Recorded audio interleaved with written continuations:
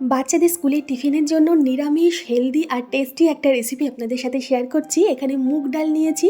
৩-৪ ঘন্টা মুগ ডালটা ভিজিয়ে রাখার পর একটা মিক্সিং জারে জল ঝরিয়ে নিয়েছি। এতে পরিমাণ মতন লবণ, মিষ্টি, সামান্য গোটা জিরে আর কয়েক কুচি আদা দিয়ে খুব ভালোভাবে পেস্ট করে নেব।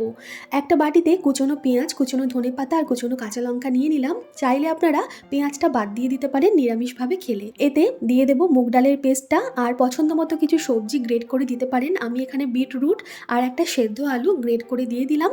সব কিছু খুব ভালোভাবে মিক্স করে রেখে দেবো। এরপর একটা তাওয়া গরম করে তাতে পরিমাণ মতন ঘি বা তেল গরম করে দিয়ে দেবো মুগ ডালের এই পেস্টটা।